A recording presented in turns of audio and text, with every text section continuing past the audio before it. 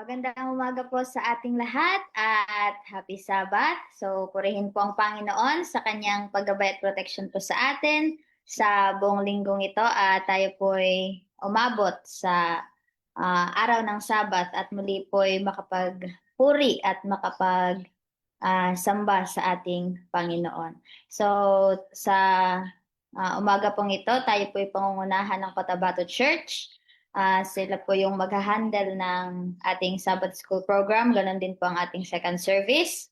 Ngunit bago po natin maririnig ang ating Sabbath School lesson para po sa umagang ito, tayo po muna ay magsiawitan ng ating opening song at susundan naman po yan ng opening prayer ng isa sa mga kasamahan natin na nasa Cotabato. At ngayon po tayo na po dumako sa ating opening song.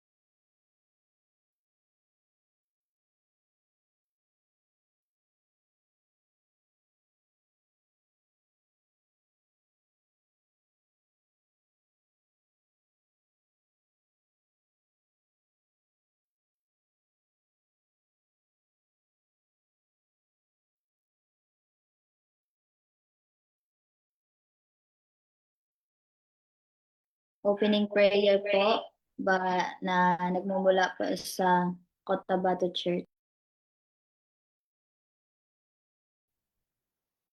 pangpanig po ng mundo, na sana po ay pagtubayan din po sila at sa pagpatuloy po, nawa po yung Holy Spirit po be with us and give us knowledge, Lord, and heavenly wisdom upang po maintindihan po namin ang mga aming tatalakayin ng umaga. Salamat po sa pagdating sa aming panalangin sa pangalan ni Jesus na aming tagapagligtas. Amen.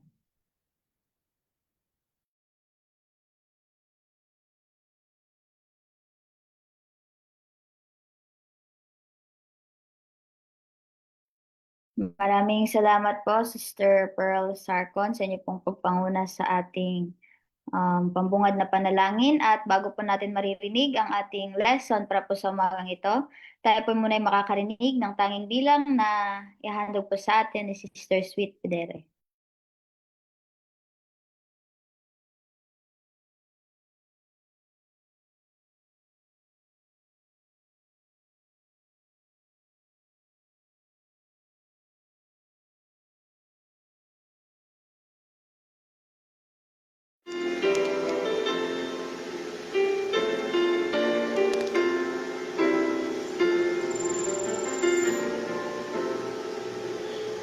Words long reserved for walk in this world. They resound with thousand heart. Oh, let the ancient words ring out. The words of life, the words of hope, give us strength, help us go. In this world we're erring on, ancient words will guide us home. Ancient words, ever true, changing me, changing you. We have come with open hearts. Oh, let the ancient words sing forth. Holy words of our faith, handed down to this age, came to us through sacrifice.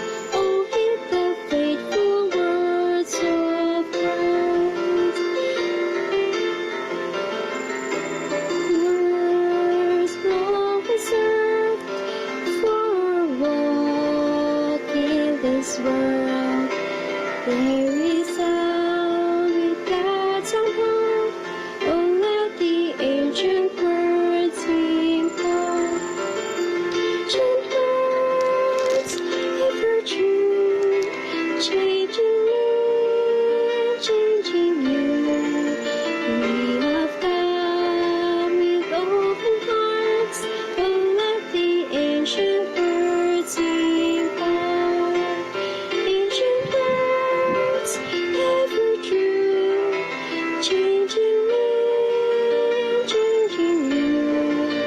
We have come with open hearts.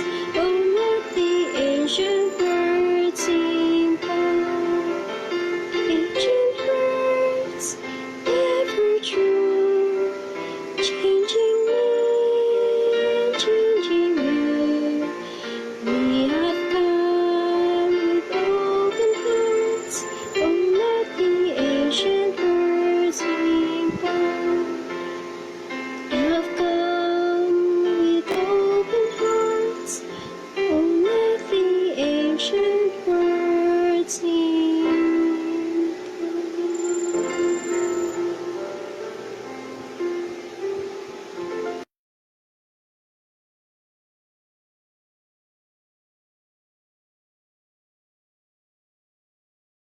Maraming salamat po, Sister Sweet, sa inyong ibinahaging awit. At ngayon po, tayo na po'y dumako sa ating Sabbath School lesson na pangungunahan po ni Sister Sweet Pedere.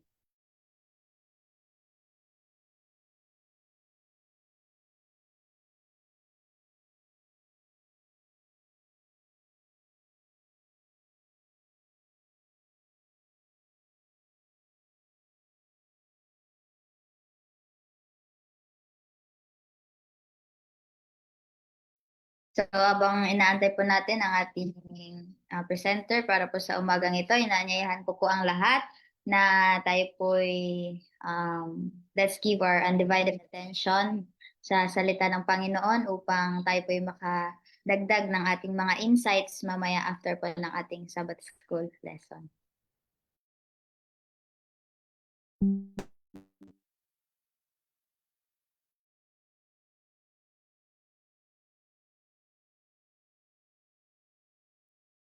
Magandang umaga po sa ating lahat at purihon po ang Panginoon ano po sa kanyang proteksyon at paggabay sa atin sa buong linggo.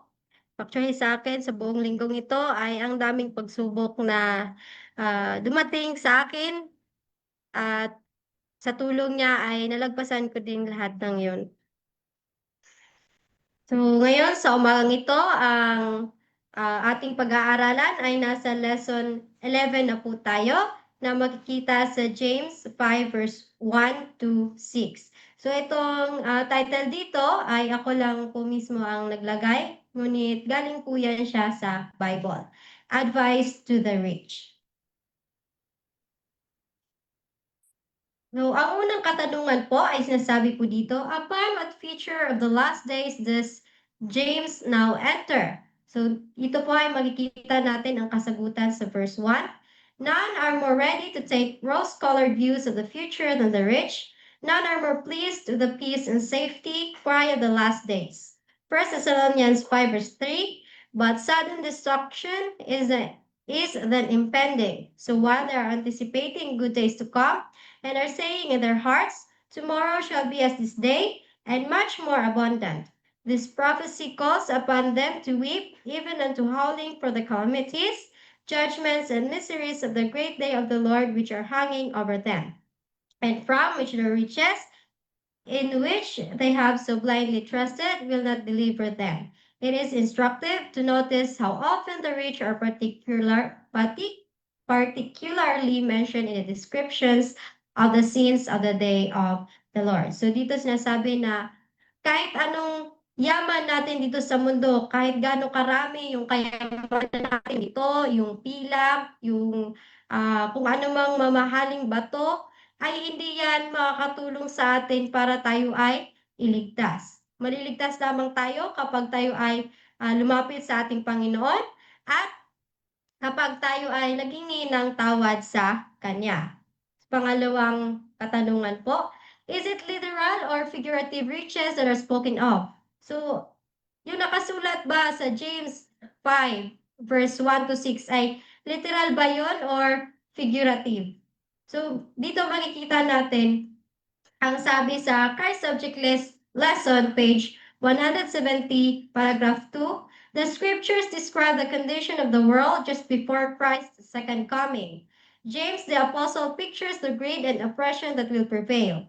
This is a picture of what exists today. By every species of oppression and extortion, men are piling up colossal fortunes, while the cries of starving humanity are coming up before God. So, literal po siya.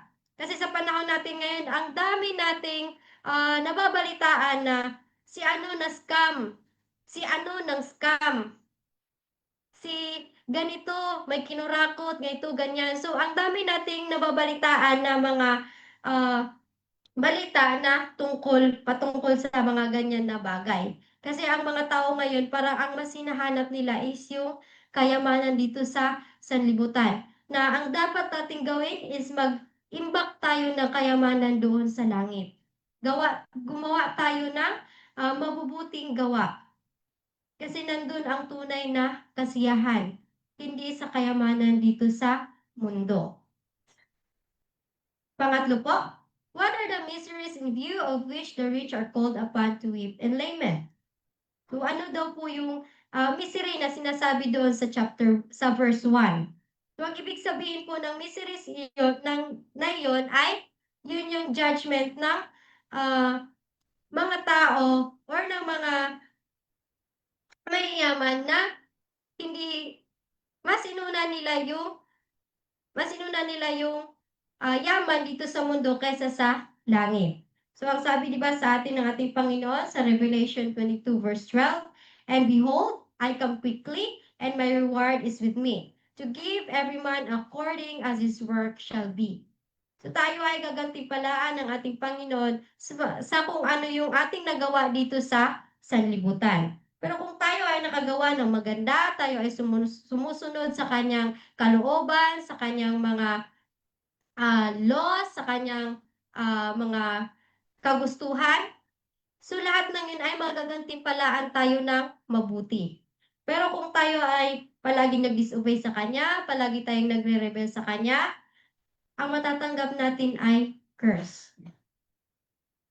Hindi tayo maililigtas.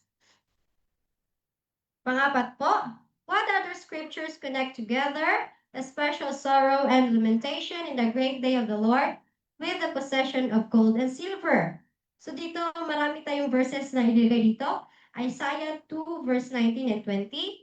"And I shall go into the holes of the rocks and into the caves of the earth for fear of the Lord and for the glory of his majesty, when he ariseth to shake terribly the earth. In that day, a man shall cast his idols of silver and his idols of gold, which they made each one for himself to worship, to the moles and to the bats." Then sa Ezekiel 7 verse 19, they shall cast their silver in the streets, and their gold shall be removed. Their silver and their gold shall not be able to deliver them in the day of the wrath of the Lord. They shall not satisfy their souls, neither fill their bowels, because it is the stumbling block of their iniquity. So kahit gaano tayo kayaman dito sa sanlibutan, hindi pa rin yan maibibigay sa atin yung tunay na kasiyahan. Di ba, ang dami din nating nababalitaan na mga artista, di ba, nasa kanilang lahat, fame, money, status, lahat nasa kanila na. Pero bakit nagpapakamatay pa rin yung iba? Kasi di ba wala doon ang tunay na kaligayahan? Wala doon yung bagay na makapag-deliver sa atin sa kapahamakan or excuse me, or makaligtas sa atin. Kasi kung kahit gaano tayo kahirap dito sa mundo, pero kung lumalakad tayo kasama ni Kristo, hindi tayo mahihirapan. Kasi ang paghihirap dito sa mundo, pagdating ng ating Panginoon ay mawawala lahat yan. Lahat ay mapapalitan ng saya, lahat mapapalitan ng kaginhawaan. So huwag nating pangarapin yung mga kayamanan dito sa sanlibutan. Bagkus pangarapin natin yung mga bagay na makalangit. At sabi pa dito sa Zephaniah 1 verse 14, "The great day of the Lord is near, it is near, and hasteth greatly. Even the voice of the day of the Lord, the mighty man shall cry there bitterly." Revelation 18 verse 15 and 19, "The merchants of these things, which were made rich by her, shall stand afar off for the fear of her torment, weeping and wailing. And they cast dust on their heads, and cried, weeping and wailing, saying, Alas, alas, that great city, wherein were made rich all that had ships in the sea by reason of her costliness. For in 1 hour is she made desolate." Revelation 6 verse 15, "And the kings of the earth, and the great men, and the rich men, and the chief captains, and the mighty men, and every bondman, and every free man, hid themselves in the dens and in the rocks of the mountains." So, pagbalik ng ating Panginoon, kung ang palagi pa rin nating hinahanap, yung kayamanan dito sa sanlibutan, pagdating niya, magsisisi tayo, pero huli na. Huli na ang lahat. So, hindi ko naman sinasabi na bawal tayong maging mayaman na tagasunod ni Kristo. Kasi, yung pera na ibinigay sa atin ng ating Panginoon ay ipinagkatiwala niya lamang yan sa atin upang gamitin natin iyon sa mabuti at sa kanyang mga gawain. So, panglima, what especially Deuteronomy distinguishes the present generation with respect to riches from all preceding generation. The present generation is distinguished by hoarding wealth, living in luxury, exploiting workers, and accumulating treasures for the last days, making the riches a witness against them. So yung kayamanan na ating hinahanap dito sa sanlibutan, yun din pala yung makapagpapahamak sa atin pagdating ng panahon. Kung yung kayamanan na yan ay hindi natin gagamitin sa tama. Kung yung kayamanan na yan or yung pera na yan na ipinagkatiwala sa atin ng Panginoon ay hindi natin gagamitin para sa kanyang gawain. Sa panahon natin ngayon, kailangan ng mga manggagawa ng fund, kailangan ng manggagawa ng suporta para makagawa ng mga gawain. At para mas mapabilis yung kanyang gawain at ang pagpaparito niya dito sa sanlibutan. So nawa yung mga ipinagkatiwala sa atin ng ating Panginoon ay gamitin po natin iyon sa tama. Kasi pag hindi natin yun naigamit sa tama, yun yung maging dahilan kung bakit tayo ay hindi mailigtas. Pang-anim, in what condition will the treasure of the very rich be found at last? James 5 verse 2, your riches are corrupted and your garments are moth-eaten. So, mawawala lahat ng yun. Magiging corrupt. Pag maghanap tayo ng kayamanan dito sa sanlibutan, dito sa mundo, lahat yun ay mawawala. Lahat yun ay kakalawangin. So, ano pang silbi ng paghahanap mo? Kung mawawala lang man din yun agad. So, mas mabuti na mag-ipon tayo ng kayamanan doon sa langit. Kasi pagdating doon, makikita natin yung resulta or makita natin yung isang kaluluwa na pinaghirapan natin. So, yun yung kayamanan na gusto ng ating Panginoon na ating hanapin. Pang-pito, what does this indicate in regard to the use of the riches? That they have been hoarded up for the gratification of these millionaires and not kept in circulation for the general good of society. So, kinakailangan, kung may pinagkatiwala sa atin ng ating Panginoon, palagi nating isipin, palagi nating pakatandaan na yung pera na yan na nasa sayo ay hindi yan siya talaga sa'yo. Ipinagkatiwala lang yan siya sa pinagkatiwala lang yan ng ating Panginoon sa atin. So sa number 8 po, what sin does Paul put second in the list of sin which will characterize the last days? 2 Timothy 3 verse 2. Maaari ko po bang ibigay kay Sister Raimundo family na para ibasahin yung kasagutan? 2 Timothy 3 verse 2, for men shall be lovers of their own selves, covetous, boasters, proud, blasphemers, disobedient to parents, and unthankful. Mga kasalanan na nakalista. So tayo ay magiging lovers of our own selves, magiging covetous, magiging boasters, yung palagi na lang na lagi natin sinasabi na ako palagi tama. Magiging proud sa sarili. Ang mas malala pa, magiging blasphemers tayo. Maging disobedient sa ating mga magulang, maging thankful at unholy. So yun yung mga kasalanan na nakalista. Number 9 po, what is said of gold and silver which will witness against them who have hoarded them up? James 5 verse 3, your gold and silver is conquered, and the rust of them shall be witness against you, and shall he eat your flesh as it were fire. Ye have heaped treasure together for the last days. So, yung mga kayamanan, yung mga ginto, mga pilak, lahat na yun ay magiging mawala at kakalawangin. So, wag na tayong maghanap pa ng kayamanan dito sa sanlibutan.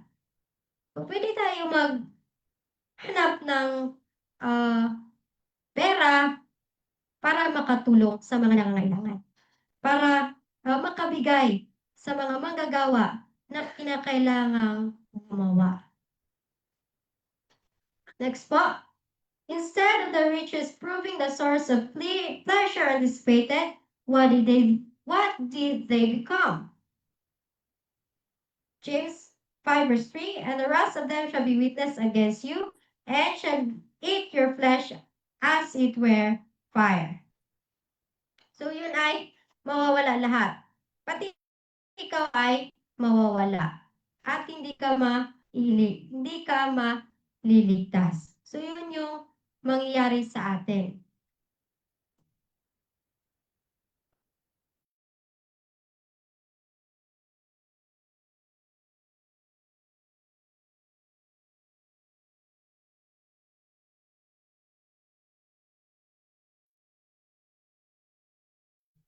So, pasensya na po at inuubo ko po.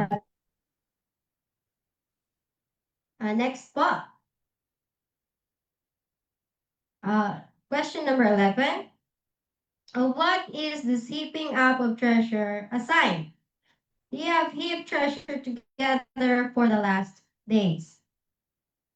So, ang iba, naghahanap ng kayamanan para sa hindi ko marinig.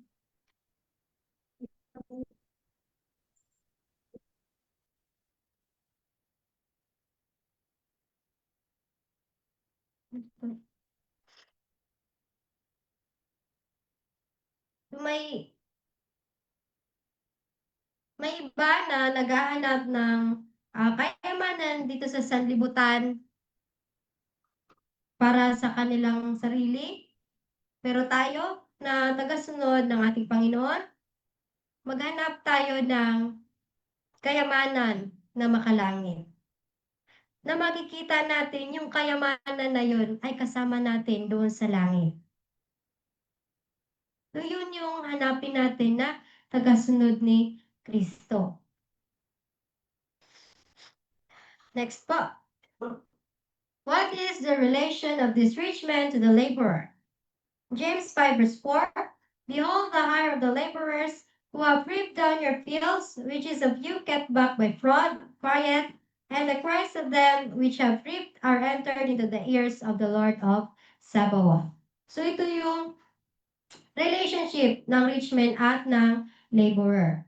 So ang rich man ay palagi nilang sila yung nagbibigay ng hindrances sa gawain ng ating Panginoon. Which is of you kept back by fraud and quiet. So naghahanap din sila ng paraan para mapigilan yung gawain ng ating Panginoon. Pero, yung mga ginagawa nilang yon ay ginagawa din ng paraan ng ating Panginoon para magpatuloy yung kanyang mga gawain. So, hindi naman sinasabi na kalaban lahat ng ating Panginoon yung mayayaman. Kasi may mga mayayaman naman ako nakilala na nagsusuporta sila sa ministry.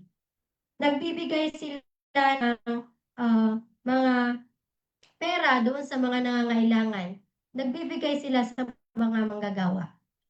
So, nakadepende lang sa atin yan kung paano natin gamitin yung ipinagkatiwala niya sa atin.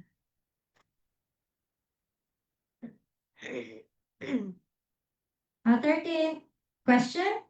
What percent social condition reminds us of this prophecy? The hire of the laborers crieth, the condition of the things of the present day in respect to the increase of riches is a strange and startling one. There has never never before been a time in the world's history when such fortunes could be accumulated and in so short a time as can be today. This could not have been accumulated without the great inventions of modern times. And these have appeared as one part of the prophecy of Daniel, that in the time of the end, knowledge should be increased. Daniel 12, verse 4. Thus, a few persons acquiring immense fortunes can combine their capital and host the mass of the people entirely at their mercy in every commercial point of view. Lahat ng nangyari sa liputan natin ngayon ay nangyari na din noong una. Walang bago sa ilalim ng araw. History repeats itself. So kung ano yung ginagawa ng mga mayayaman dati, ganun din ang gagawin ng mga mayayaman ngayon. Kasi di ba, tingnan natin yung mga mayayaman. Tingnan natin yung mga mahihirap. Yung mga mahihirap, halos hindi makatulog kapag nag-ulan kasi bumabaha agad. Pero yung mga mayayaman, ang sarap ng tulog, ang lambot pa ng kama. So, kung yun ang nangyayari sa panahon natin ngayon, ganun din ang nangyayari dati. So, walang bago sa ilalim ng araw. Pabalik-balik lang yan.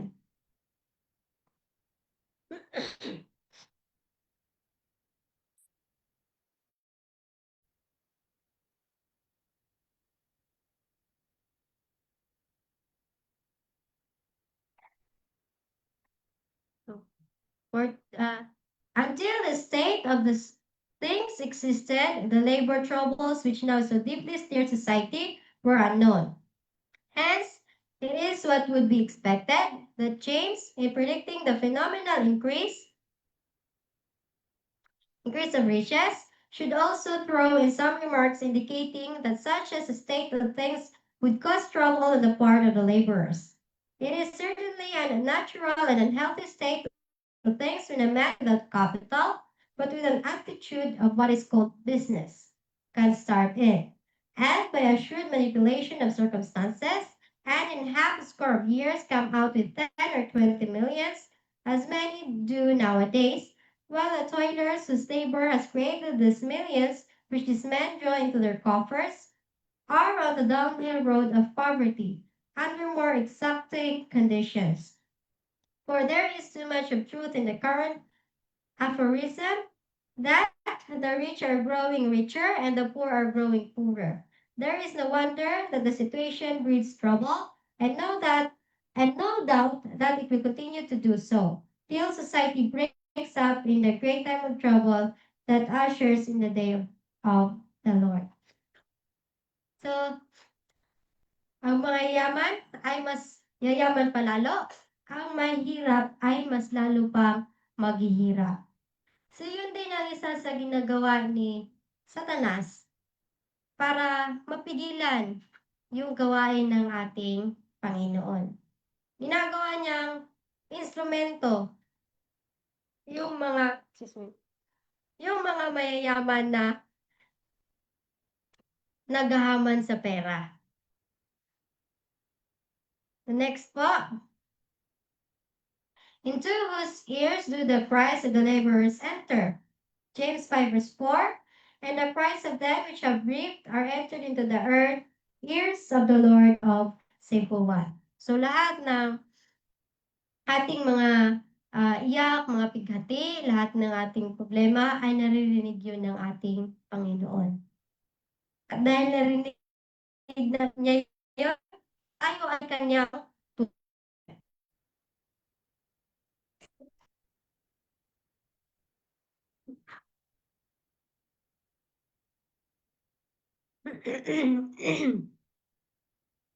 How does James say that the rich men have lived? James 5:5. Ye have lived in pleasure on the earth and been wanted. Ye have nourished your hearts as in a day of slaughter.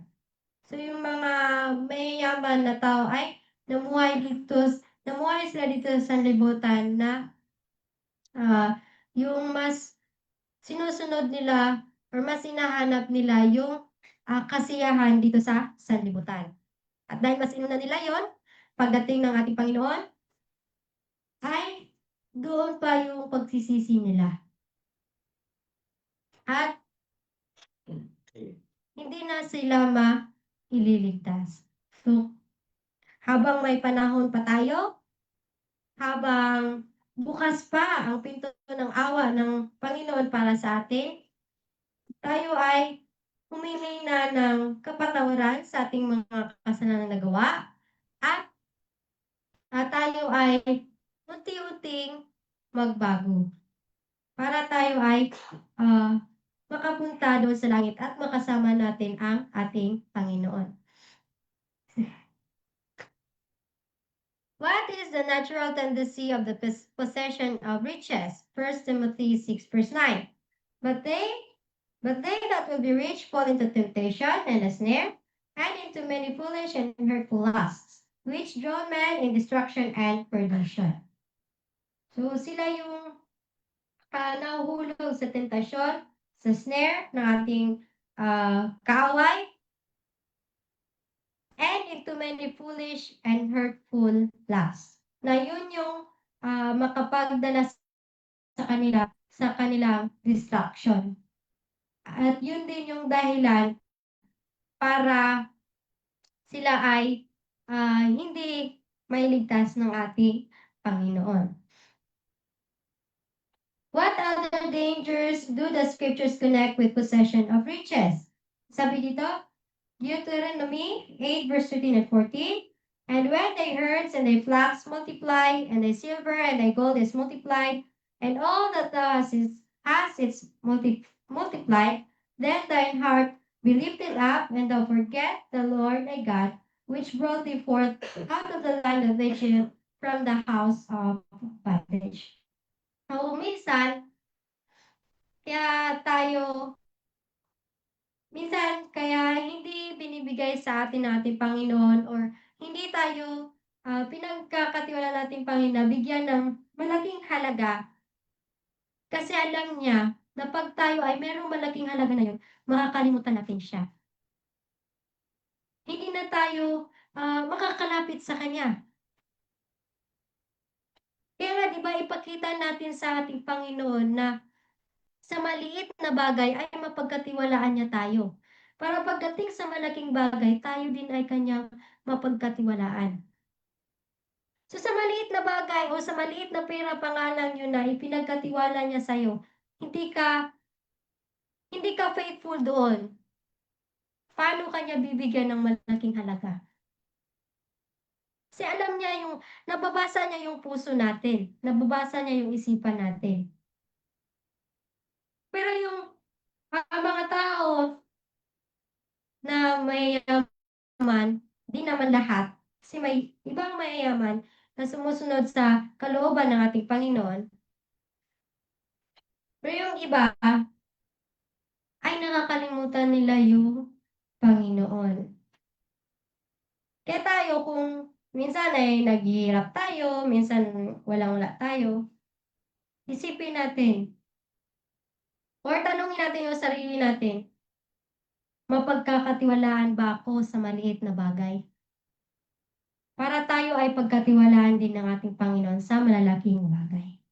Nehemiah 9 verse 25 and 26, and they took straw cities and a fat land and possessed houses full of all goods, well-digged vineyard and olive yards and fruit trees in abundance. So they did eat, and were filled and became fat, and delighted themselves in thy great goodness. Nevertheless, they were disobedient and rebelled against thee, and cast thy law behind their backs, and slew thy prophets, which testified against them to turn them to thee, and they wrote great provocation. So yun yung mga dangers kapag tayo ay merong kayamanan dito sa sanlibutan. Next po. What is meant by a day of slaughter in James 5:5? A day when animals are slain and provided for a time of feasting, and it indicates that they give themselves up to indulge in every kind of riot and excess. So sila na mismo yung nagbigay sa kanilang sarili doon. So wag po namang mangyari yun sa atin. Kasi tayo na nakakaalam sa katotohanan, tayo na binigyan ng kaalaman ng ating Panginoon, so mas mabuting iwasan na natin. How do they at the same time treat the just? James 5 verse 6, ye have condemned and killed the just, and he doth not resist you. So, ganito yung kanilang pag-treat doon sa mga tao na sumusunod sa ating Panginoon. Kinukondem nila, pinapatay nila, at pinapahirapan nila. Kasi di ba nung unang panahon, nung time, anong time yun? Basta mababasa yun siya sa SOP, may makikita tayo doon na pinahihirapan nila yung tagasunod ng ating Panginoon. Pinapatay nila, ginagawa nilang entertainment, ginagawa nilang ah, so ang dami nilang ginagawa na hindi maganda. So yun yung pag-treat nila sa mga sumusunod sa ating Panginoon. At yun din yung mangyayari sa atin sa panahon natin ngayon. Kaya kinakailangan lang natin na sumunod, magtiwala, at manampalataya sa ating Panginoon. Kasi di ba kahit ganun yung ginawa sa kanila, hindi pa rin sila nag-resist. Hinayaan lang nila. So yun din yung gagawin natin.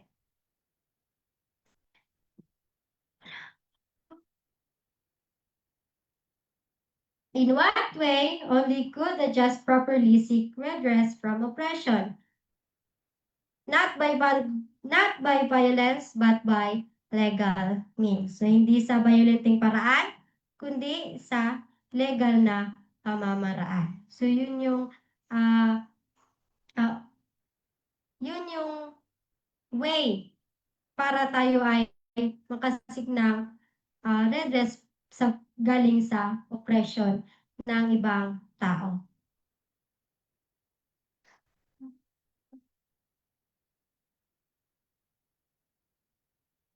What is the primary signification of the word here rendered resist? It means to set oneself in formal array against. It would therefore very properly apply to the attempt to maintain a cause against an antagonist in a court of justice. But in the present day, a man who has nothing but justice on his side does not stand much of a chance. When a large amount of capital is arrayed against him, they are wise, therefore, who do not attempt to resist even in this manner.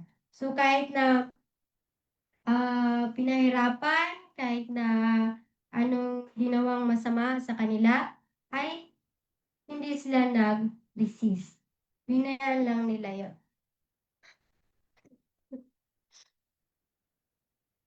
So, dito sa ating Sabbath School, sa umagang ito, tayo ay pinaalalahanan ng ating Panginoon na huwag tayong maghanap ng kayamanan dito sa mundo. Hanapin natin yung kayamanan sa langit. At kung tayo man ay pinagkatiwalaan ng ating Panginoon sa malaking halaga, gamitin natin yun sa tama, gamitin natin yun sa kanyang gawain na makakapagbigay ng kaluwalhatian sa kanya. So, yun lamang po at magandang umaga sa ating lahat and happy Sabbath.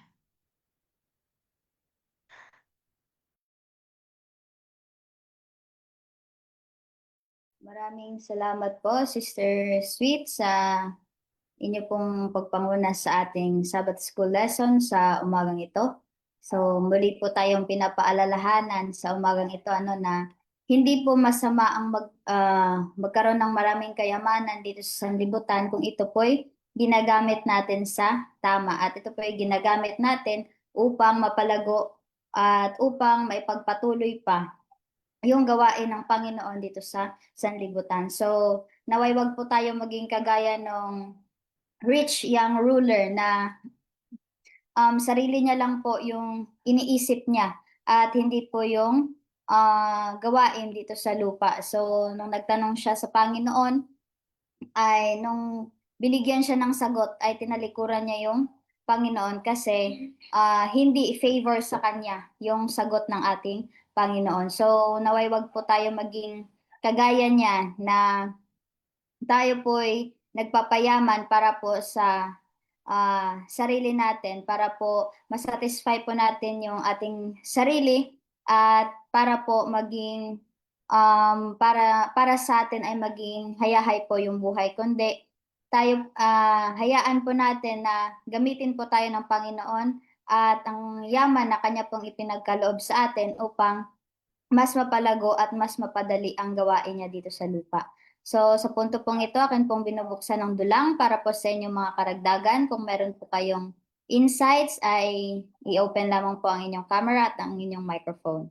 At ganun din naman po sa mga nanonood sa Facebook Live, kung meron po kayong karagdagan ay i-comment down lamang po. So marami po tayong kasamahan dito sa Zoom, ang Cotabato Church, ang Raymundo family, si Sister Tricia, Brother Rob, Brother Harry Gabo, Sister Nanelyn Esteban, at ang Puerto Princesa Church at ganon din po ang Flores family. Kung meron po kayong karagdagan, ay open lamang po ang inyong microphone at ang inyong camera.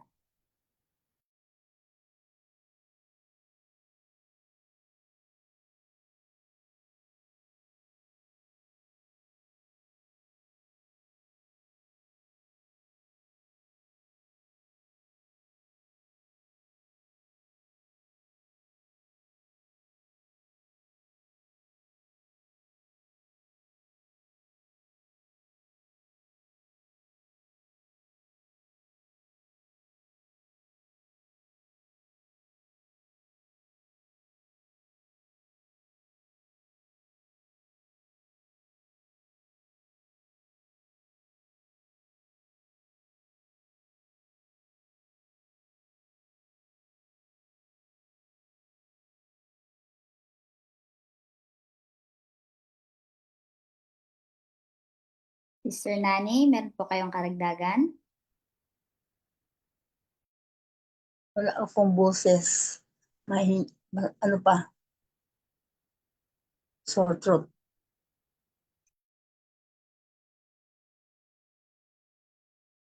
Okay, sister. Happy Sabbath.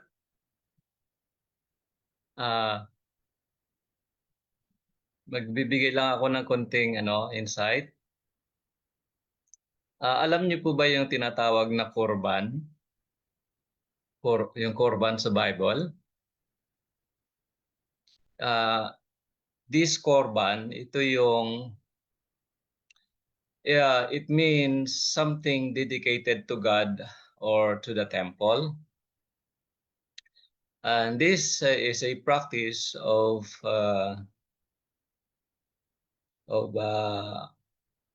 Israel at that time, where rich people donate their monies and their wealth to the church or to the temple, and they forget their own parents, their own families, their own parents.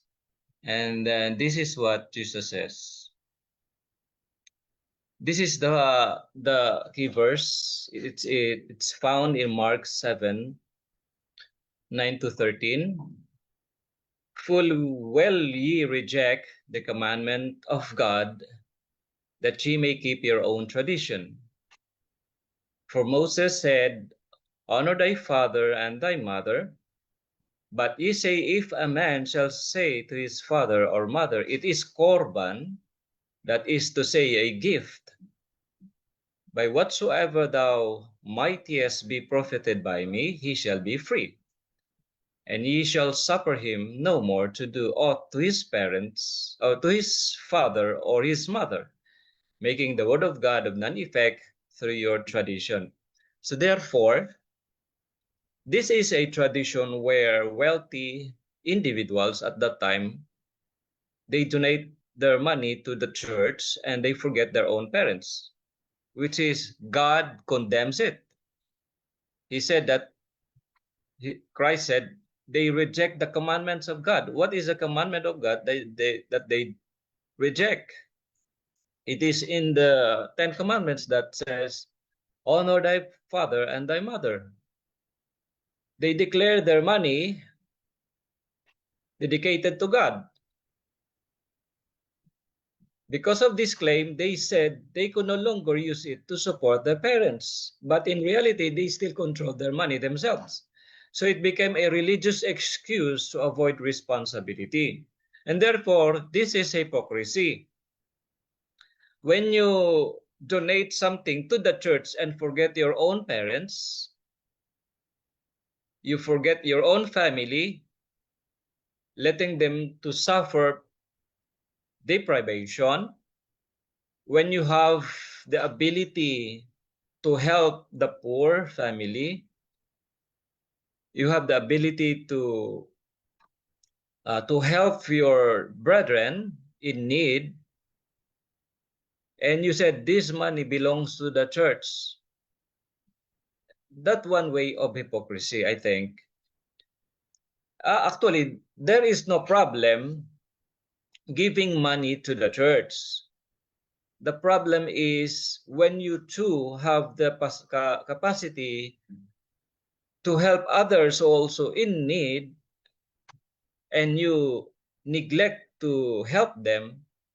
That I think is a sin or breaking the law of God in honoring your father and your mother, or letting them suffer when you have the capacity to help. Why Jesus condemned it? The problem was not giving money to God. The problem was using religion to break God's commandment. By neglecting their parents while pretending to give to God, they were breaking the fifth commandment, or practicing hypocrisy, following human tradition instead of God's law. So the principle here says that the lesson from Jesus Christ is that true religion does not neglect family responsibilities. Meaning, you cannot neglect your parents, you cannot ignore your family duty, then claim you are honoring God through religious giving. And therefore, this should be a balance thing, that we have to give to the church, as well as we should not neglect our responsibilities and capacities to help also our other families, parents, or it should be for those who are in great deprivation, I think. So that's all, brethren. Thank you and God bless. Maraming salamat po, Brother Harry, sa inyo pong karagdagan. So, yung word po na binanggit ni Brother Harry ay bago po yun sa akin. So, maraming salamat po sa inyong insights sa umagang ito. So, nadagdagan din po ang aking kaalaman, at siguro ganun din po sa mga andito sa Zoom at sa mga nanonood sa Facebook Live. So, sino pa po ang may gustong idagdag sa ating napag-aralan sa umagang ito?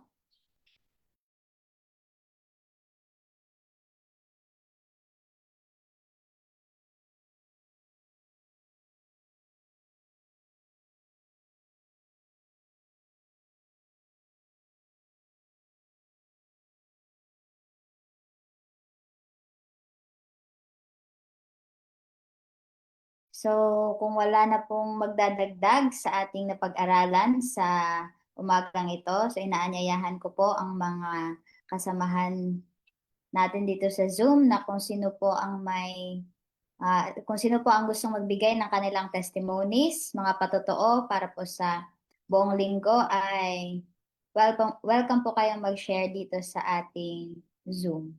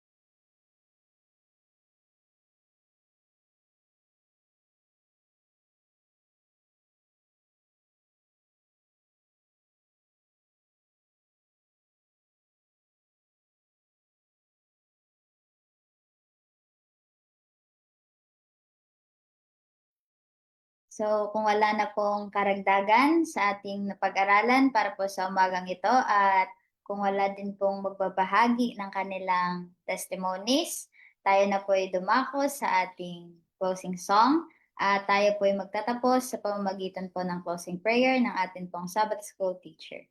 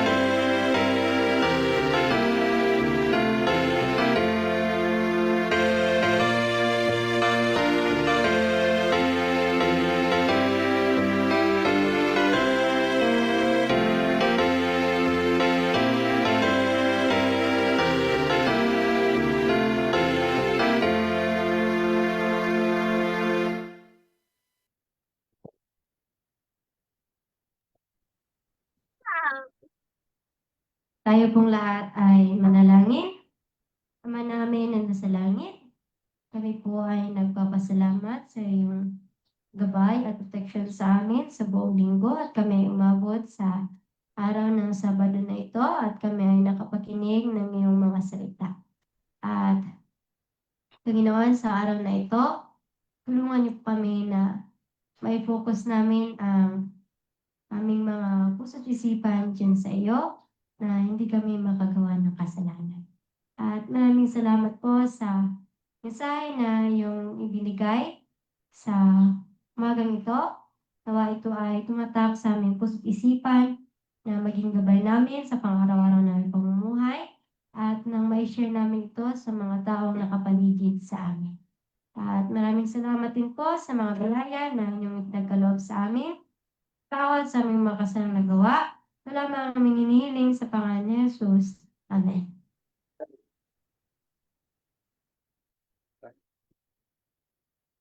Ay na Thursday day. Sino na? Maraming salamat po. Dito po nagtatapos ang ating Sabbath School lesson para po sa umagang ito. Samahan po kami maya-maya lamang po para po sa ating second service. So maraming salamat po sa nanguna sa atin sa umagang ito at ganon din naman po sa ating mga participants. At nawa po ang mga mensahe na ating narinig ay atin pong isa-isip, isa-puso at isa-buhay upang makita po ng sanlibutan ang liwanag na nasa atin. Ito po ang aking panalangin.